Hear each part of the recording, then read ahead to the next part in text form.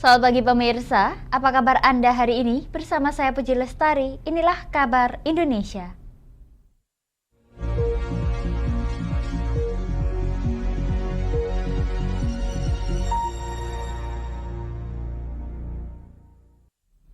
Pemirsa, sebanyak 68 warga Kabupaten Madiun tercatat terkena penyakit DBD hingga pertengahan tahun 2023. Koordinator Pencegahan Penyakit Menular Dinas Kesehatan Kabupaten Madiun, Agung Dodik Pujianto menyebut dari angka tersebut, jumlah kasus terbanyak ditemukan pada bulan Maret yang mencapai 21 orang.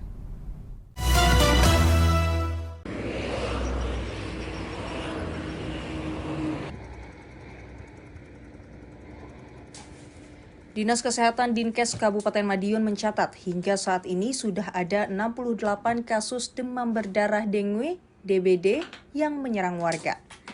Para pasien tersebut tersebar di 15 kecamatan yang ada di wilayah setempat. Dari angka tersebut, jumlah kasus terbanyak terjadi pada bulan Maret atau saat peralihan musim penghujan ke musim kemarau.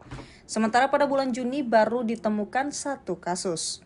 Koordinator Pencegahan Penyakit Menular Dinkes Kabupaten Madiun, Agung Dodik Pujianto, di Puskesmas Balarejo, Selasa 6 Juni mengatakan, pemberantasan paling efektif untuk DBD adalah dengan menerapkan pola hidup sehat (PHBS) dan penerapan 3M. Karena hal itulah yang dapat memutus rantai hidup nyamuk Aedes aegypti sebagai pembawa penyakit DBD. Selama 2023 kita ada 68 kasus. Mulai dari Januari sampai bulan Juni ini ya, ini sudah masuk Juni. Tinggi tadi di bulan Maret 21 kasus. Karena di bulan Maret itu adalah musim pancaroba, jadi masih ada penghujan, kemudian disertai panas, di situ nyamuk berkembang sangat banyak sekali, sehingga penyebaran DBD juga diikuti oleh tingginya populasi nyamuk. Meski kasus DBD mengalami tren penurunan, namun pihak Dinkes mengimbau warga untuk memperbanyak minum air putih guna menghindari risiko dehidrasi serta peningkatan penyebaran penyakit saluran pernapasan. Pemirsa, Wakil Kepala Satuan Reserse Kriminal Polres Metro Jakarta Selatan, Kompol Henrikus Yosi, mengatakan akan menjemput paksa si kembar Rihana dan Rihani yang dilaporkan telah melakukan penipuan penjualan iPhone. Hingga kini pihaknya masih mencari keberadaan keduanya atas laporan 5 orang yang menjadi korban penipuan.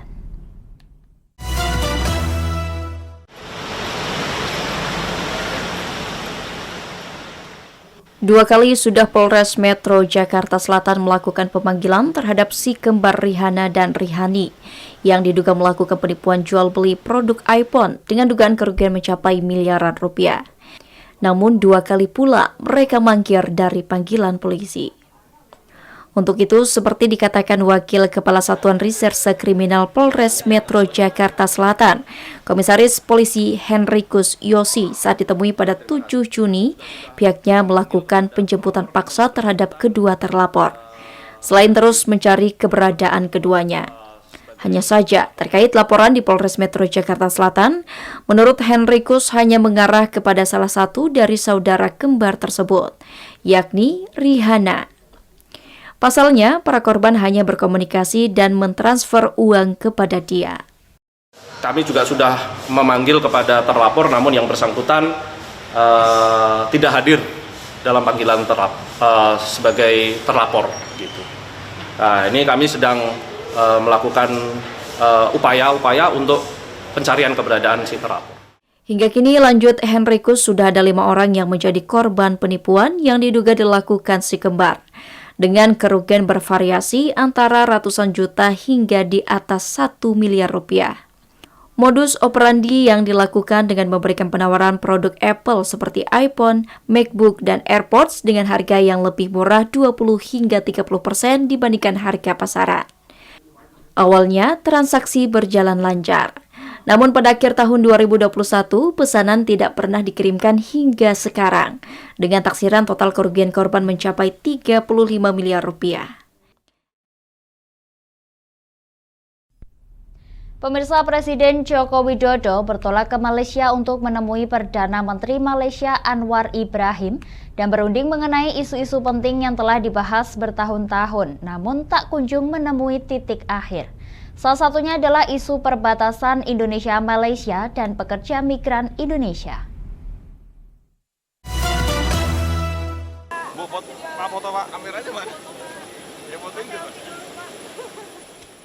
Presiden Joko Widodo bersama Ibu Negara Iriana Joko Widodo dan delegasi terbatas bertolak ke Kuala Lumpur, Malaysia, Rabu 7 Juni. Kunjungan kepala negara tersebut merupakan kunjungan balasan untuk memenuhi undangan dari Perdana Menteri Malaysia Anwar Ibrahim. Dan juga adanya pertemuan dengan Sultan Pahang Al-Sultan Abdullah Riayatuddin Al-Mustafa Billah. Di Pangkalan Udara Halim Perdana Kusuma, Jakarta, Presiden mengatakan akan berunding dengan PM Anwar mengenai perundingan-perundingan yang tak kunjung usai selama bertahun-tahun antar kedua negara.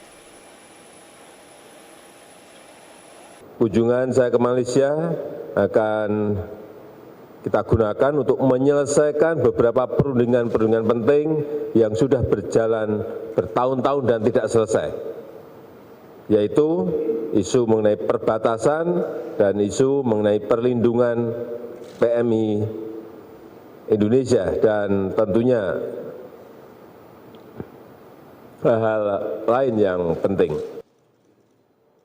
Sebelum melakukan kunjungan kenegaraan ke Malaysia, Presiden Joko Widodo terlebih dahulu menghadiri acara Eco-Spirity Week 2023 di Singapura.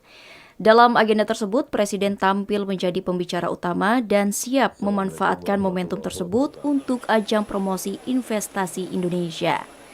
Presiden dijadwalkan kembali ke tanah air pada Kamis malam 8 Juni.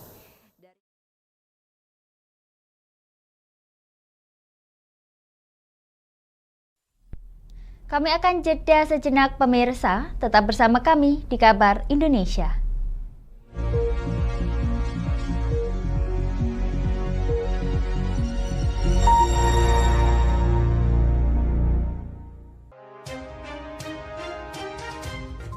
Inilah ketiga anggota komplotan pencuri spesialis pecah kaca mobil setelah melakukan penggelapan 20 sepeda motor dan 2 unit mobil dengan modus retard. Merangkum semua peristiwa sebagai berita yang penuh fakta. Bersama Puji Lestari, saksikan Jateng hari ini setiap Senin hingga Sabtu jam 4 sore hanya di Lingkar TV.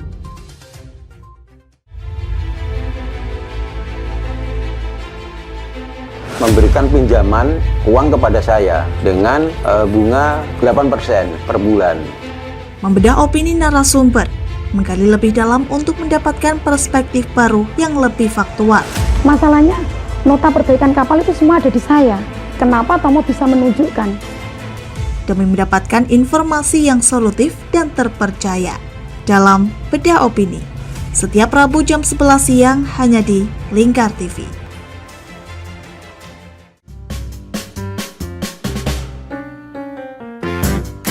Mari pilih motif batik yang kamu suka di Batik Yuliati Warno.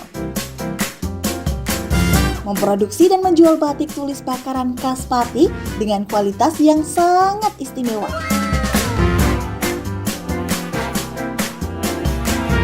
Cocok buat oleh-oleh, seserahan, bahkan untuk baju nikahan loh. Menyediakan berbagai motif mulai dari batik klasik sampai batik modern. Ayo borong segera Batik Yuliati Warno. Anda bisa melihat proses produksi batik secara langsung di rumah produksi kami loh. Alamatnya ada di Desa Langenharjo, RT 7 RW 3, Jalan Juwana Tayu, Kilometer 3, Kecamatan Juwana, Kabupaten Pati, Jawa Tengah. Atau Anda bisa menghubungi nomor telepon kami di 081 326 693 300. Ayo datang dan pilih motifmu segera.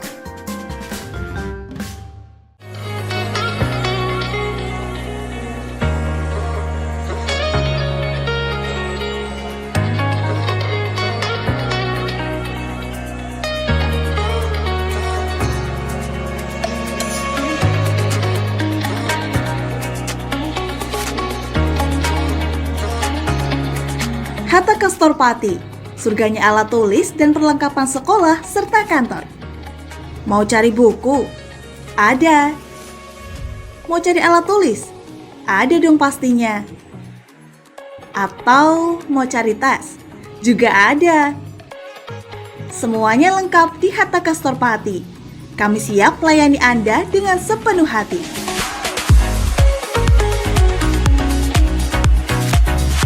Alamat kami ada di Jalan Pemuda nomor 204, Kabupaten Pati. Buka dari jam 8 pagi sampai jam setengah 9 malam. Anda mau cari kami di e-commerce? Juga tersedia. Atau Anda bisa mengunjungi Instagram dan TikTok kami di @hattaka.official. Ayo, tunggu apa lagi? Penuhi kebutuhan alat tulis dan aksesoris sekolah serta kantor Anda di Hatta Kastorpati. Ada buku, ada meja. Yuk beli di Hatta Kastor aja.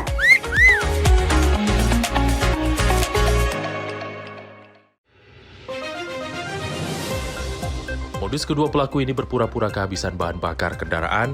Setelah pelaku dibantu, mereka kemudian melakukan kekerasan dan mengambil paksa sepeda motor korban. Saat tiba di lapangan terbang Okbab, rombongan langsung dihadang 5 orang yang mengaku sebagai anggota KKB.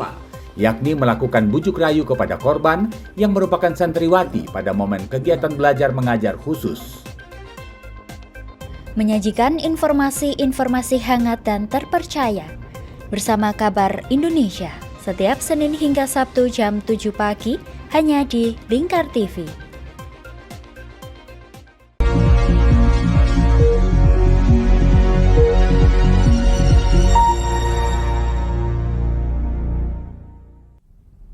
Anda masih menyaksikan Kabar Indonesia pemirsa. Tim Indonesia berhasil meraih 2 medali emas perdana di cabang olahraga boccia pada ASEAN Para Games 2023 di Kamboja. 2 emas tersebut disumbang Muhammad Afrizal Syafa yang turun di nomor individual BC1 dan Gisha Zayana yang turun di nomor individual BC2.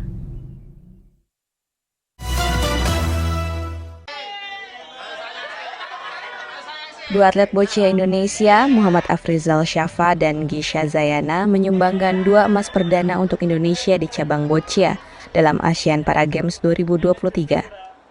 Rizal yang turun di nomor individual BC1 mampu mengalahkan atlet boccia peringkat 2 dunia asal Thailand, Witsanu Huatpradit dengan skor telak 10-0 di National Sport Complex Basketball Hall, Komplek Olimpik Stadium Phnom Penh, Kamboja, Selasa 6 Juni 2023. Tak lama berselang, Gisha yang turun di nomor individual BC2 mengalahkan atlet Vietnam Nguyen Nai Uyen lewat pertandingan sengit dengan skor tipis 6-5. Hasil ini disebut pelatih tim boccia Indonesia, Islahuzaman Nuryadin, melampaui target 1 emas dan pertandingan yang dilakoni Gisha merupakan mukjizat dari Tuhan. Kelemahan anak itu memang di NN terakhir memang kalau tertekan seperti itu, jadi down, jadi kita hanya memberi semangat aja agar supaya main loss. Kami sampaikan bahwa permainan tidak ada yang dibebani, semua atlet saya bermain untuk main loss semuanya. Sementara itu, Rizal mengaku masih tidak menyangka dia mampu mengalahkan atlet peringkat 2 dunia dan menyumbang emas perdana bagi Indonesia di cabang olahraga ini, karena selama bertanding ia merasa kesulitan mengatasi perlawanan Thailand. Ya diajak lagi, nempel diajak lagi, nempel diajak terus. Strateginya gimana sih Pak dari awal? Strateginya penting arah bola nutup posisi jalannya Witsanu tadi. Tuh. Yang bikin kamu percaya diri itu apa? Kamu kan tahu tadi awal kamu tuh tingkatnya saya tadi udah pasrah, saya serahin ke Tuhan. Takut tadi soalnya bolanya tinggal 1, jadi udah kayak pasrah aja gitu. Seneng nggak nyangka karena ini emas pertama saya ya. Di Indonesia nggak dapat, tapi di negeri orang saya bisa dapat. Tidak hanya 2 emas, tim boccia Indonesia juga menyumbang 2 perunggu pada 6 Juni 2023. Juga masih berpeluang menambah medali pada hari Rabu 7 Juni 2023. Hingga hari ini, tim Indonesia sudah mengoleksi 99 emas, 83 perak, dan 54 perunggu. Hasil ini membuat Indonesia kokoh di puncak klasemen sementara, perolehan medali emas para Games 2023. Pemirsa, objek wisata Taman Laut Olele di Kabupaten Bone Bolango, Provinsi Gorontalo memiliki keindahan bawah laut yang mempesona. Dengan menempuh sekitar 1 jam perjalanan darat dan 40 menit jalur laut dari pusat kota Gorontalo, pengunjung dapat menikmati hamparan terumbu karang, ribuan ikan dan air laut yang jernih di destinasi wisata unggulan Gorontalo ini.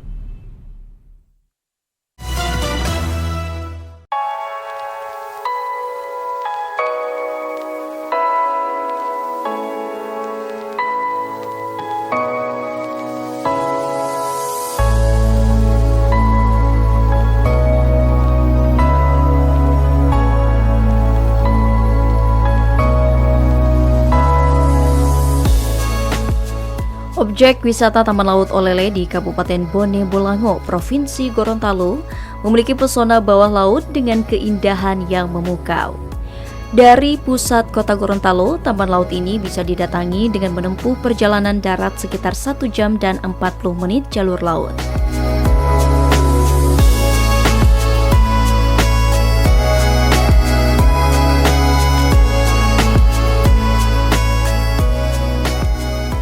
Sesampainya di sana, pengunjung dapat menikmati suguhan keindahan alam bawah laut yang memanjakan mata. Agar lebih puas, ada jasa perahu dilengkapi pemandu yang menyediakan peralatan snorkeling hingga scuba diving. Semua pesona itu menjadi modal utama bagi pemerintah daerah untuk mengikutsertakan Olele pada Anugerah Desa Wisata Indonesia tahun 2024.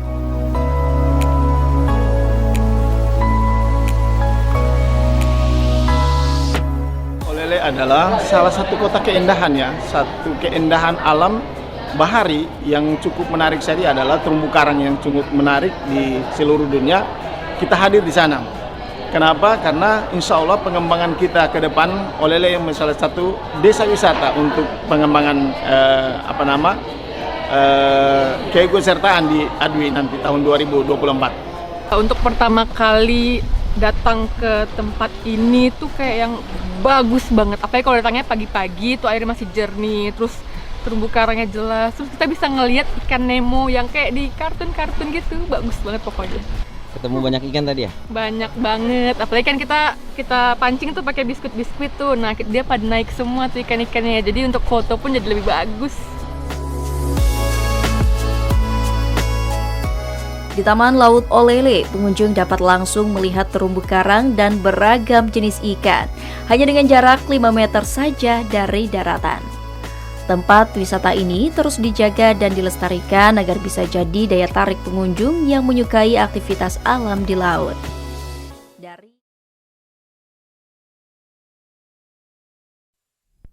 Kami akan jeda sejenak pemirsa, tetap bersama kami di Kabar Indonesia.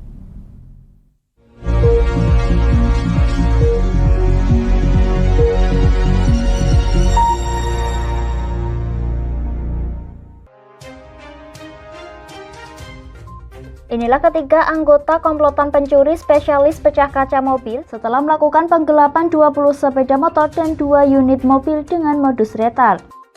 Merangkum semua peristiwa sebagai berita yang penuh fakta. Bersama Puji Lestari, saksikan Jateng hari ini setiap Senin hingga Sabtu jam 4 sore hanya di Lingkar TV.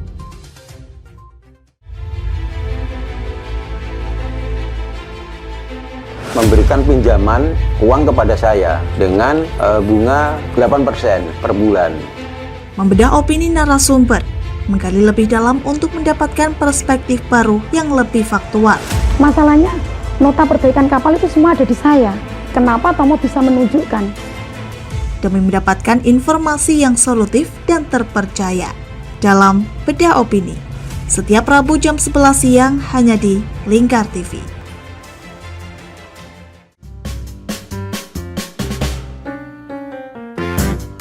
Mari pilih motif batik yang kamu suka di Batik Juliati Warno. Memproduksi dan menjual batik tulis bakaran khas Pati dengan kualitas yang sangat istimewa.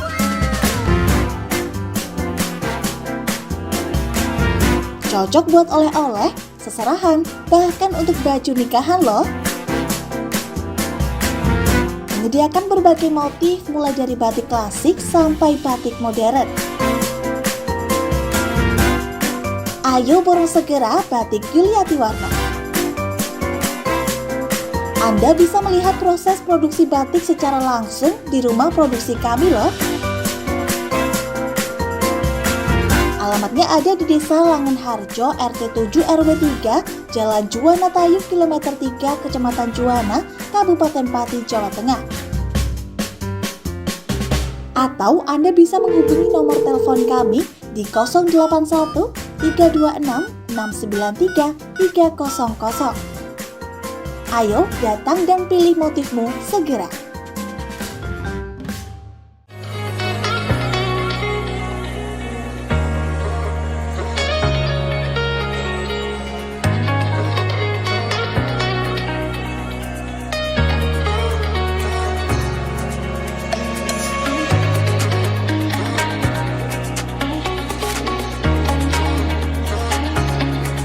Hatta Castor Pati, surganya alat tulis dan perlengkapan sekolah serta kantor. Mau cari buku? Ada. Mau cari alat tulis? Ada dong pastinya. Atau mau cari tas? Juga ada. Semuanya lengkap di Hatta Castor Pati. Kami siap melayani Anda dengan sepenuh hati.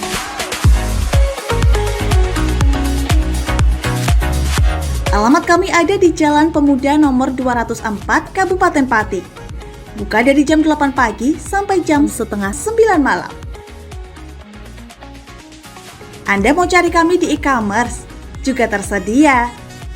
Atau Anda bisa mengunjungi Instagram dan TikTok kami di @hataka.official. Ayo, tunggu apa lagi? Penuhi kebutuhan alat tulis dan aksesoris sekolah serta kantor Anda di Hatta Castor Pati. Ada buku, ada meja. Yuk beli di Hatta Castor aja.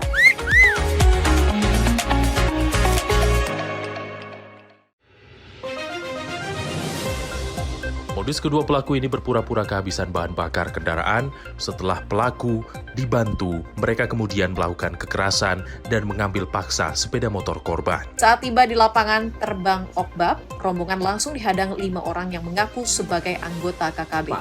Yakni melakukan bujuk rayu kepada korban yang merupakan santriwati pada momen kegiatan belajar mengajar khusus. Menyajikan informasi-informasi hangat dan terpercaya bersama Kabar Indonesia setiap Senin hingga Sabtu jam 7 pagi hanya di Lingkar TV.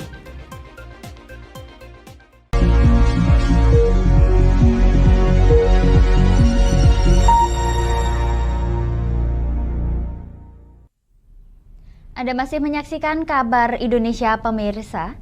Berawal dari melimpahnya hasil panen buah naga dan tak tersalurkan di pasar akibat COVID-19, seorang pelaku usaha mikro kecil dan menengah di Kota Padang, Provinsi Sumatera Barat, mengolahnya menjadi selai buah naga. Kini produk olahan buah tropis tersebut menjadi salah satu buah tangan acara Pekan Nasional Petani Nelayan ke-16 yang akan digelar di Padang pada 10 hingga 15 Juni mendatang.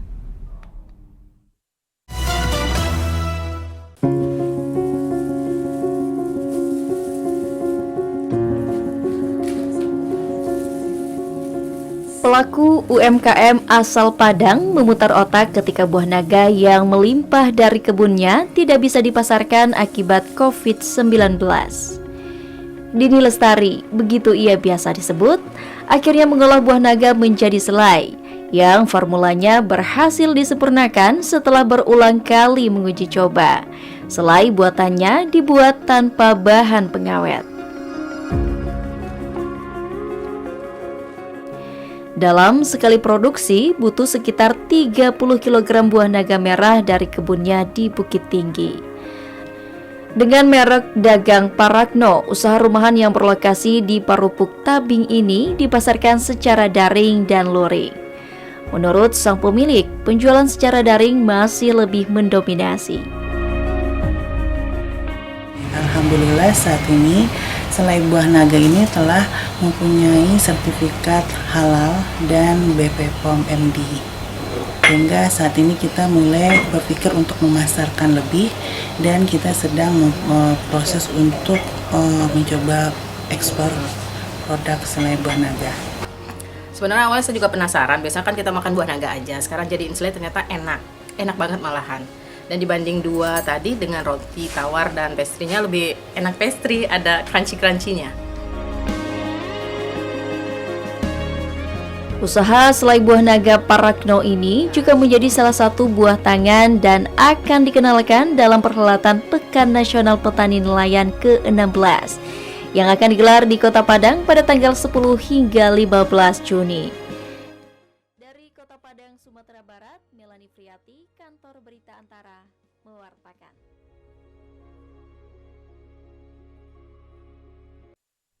Pemirsa, seorang pemuda asal kota Yogyakarta membuat wayang kreasi untuk memperkenalkan cerita rakyat dari suku Malin di Merauke, Provinsi Papua Selatan.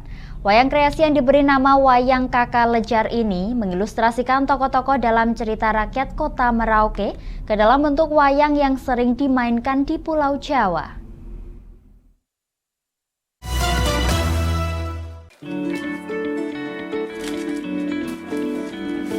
Berawal dari kecintaan akan tanah leluhurnya di Merauke, Papua Selatan, Lejar Daniartana Hukubun, warga Kampung Wirobrajan, Kota Yogyakarta, membuat wayang kreasi yang ia beri nama Kreasi Kakak Lejar. Lejar mementaskan cerita rakyat melalui wayang, di mana cerita diambil berdasarkan cerita rakyat dari suku Malin, suku tertua di Merauke. Tidak asal mendongeng, Lejar sempat melakukan penelitian ke suku Malin yang awalnya sebagai bentuk penelitian tesis. Lejar pun menggandeng budayawan Merauke Isaias J. Endiken dalam pembuatan ilustrasi tokoh wayang Papua. Anak muda lulusan Institut Seni Indonesia di Yogyakarta ini memberanikan diri untuk mementaskan wayang kreasinya sendiri, berawal dari lingkungan kampus hingga diundang ke komunitas anak muda desa. Indonesia itu kan kaya dengan cerita rakyatnya gitu. Wah, ini menarik nih kalau misalnya aku promosiin cerita rakyat Merauke, kota Merauke melalui wayang, melalui buku gitu. Kalau yang sering dipentaskan itu temanya ini, judulnya Anjing dan Bangau Penyelamat Manusia. Karena tertarik dengan cerita itu karena ada dua hewan yang berbeda, terus dua hewan itu bisa saling membantu dengan manusia gitu.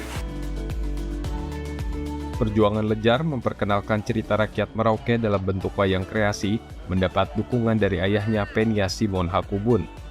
Menurutnya, wayang kreasi dibutuhkan untuk memperkenalkan cerita rakyat di Indonesia.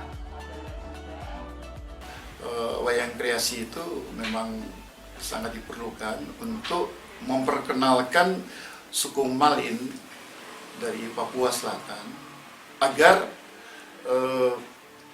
suku Malin sebagai suku tertua di Merauke itu bisa dikenal oleh dunia pendidikan melalui suku Malin. Itu sangat menarik untuk kita bisa mendalami, apalagi buku cerita rakyatnya itu, karena di dalamnya saya lihat ada pesan-pesan moral untuk bisa memberikan pendidikan kepada anak-anak muda, karena di situ juga ada nilai-nilai Pancasila yang saya harapkan nanti bisa menjadi kekuatan agar cinta kita kepada NKRI itu semakin kokoh. Apa yang telah dilakukan Lejar menunjukkan bahwa wayang bisa menjadi medium bagi berbagai budaya, tidak hanya Jawa. Lejar setidaknya berhasil mengenalkan seni dan budaya dari daerah lain dalam konsep seni pertunjukan.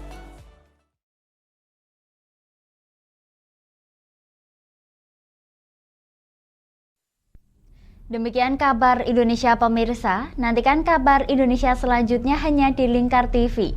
Saya Puji Lestari pamit dari hadapan Anda, selamat melanjutkan aktivitas Anda, selamat pagi dan sampai jumpa.